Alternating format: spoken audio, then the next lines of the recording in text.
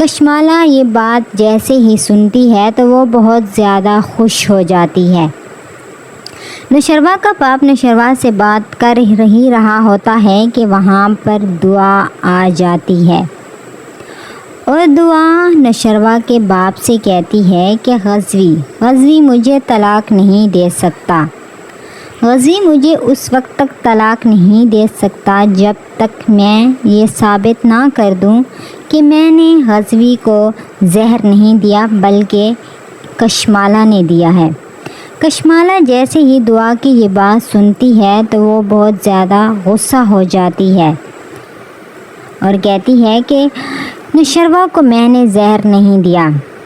اور نوشروہ کا باپ دعا کو دیکھتا ہے اور وہاں پر سب دعا کو دیکھتے ہیں تو وہاں پر سب پریشان ہو جاتے ہیں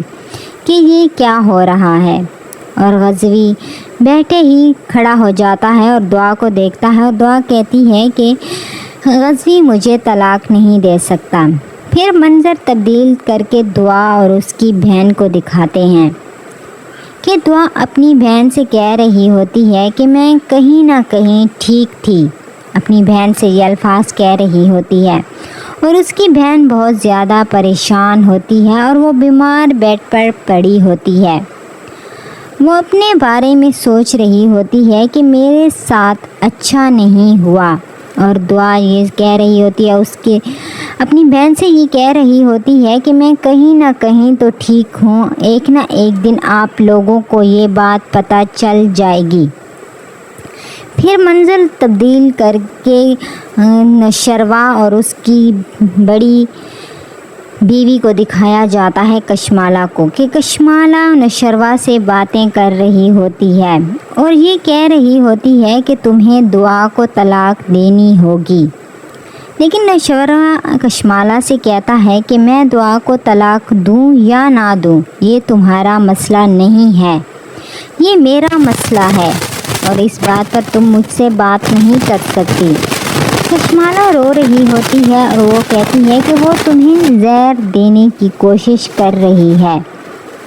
وہ تمہیں زہر دینے کی کوشش کر رہی ہے اور تم اسے طلاق نہیں دے رہے۔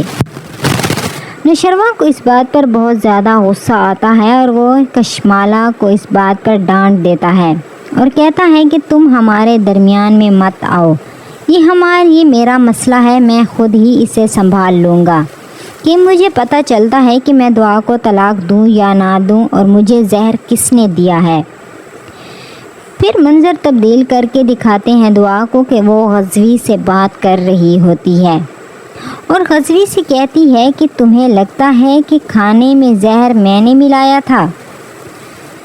غزوی دعا کی یہ بات سنتا ہے اور وہ وہیں پر خاموش ٹھہرا ہوتا ہے اور دعا وہیں پر رو رہی ہوتی ہے اور کہتی ہے کہ میں نے تمہیں زہر نہیں دیا بلکہ کشمالہ نے دیا ہے تمہیں زہر، میں ایسا کبھی بھی نہیں کر سکتی، میں تمہیں زہر نہیں دے سکتی۔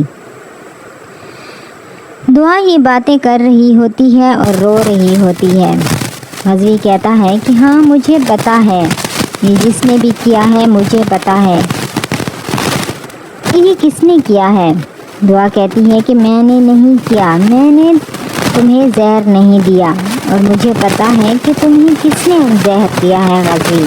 دعا غزوی سے یہ باتیں کر رہی ہوتی ہے۔ پھر غزوی کہتا ہے کہ صحیح ہے، ٹھیک ہے، اب ان باتوں کو چھوڑو، کوئی اور بات کرو۔ دعا کہتی ہے کہ ہاں صحیح ہے، اور باتیں کرتے ہیں، لیکن مجھے اس بات پر بہت زیادہ افسوس ہے کہ کشمالہ نے ایسا کیوں کیا اور تمہیں زہر کیوں دیا۔ غزوی کہتا ہے کہ مجھے بھی اس بات کا پتہ نہیں ہے کہ انہوں نے مجھے زہر کیوں دیا ہے، اور پھر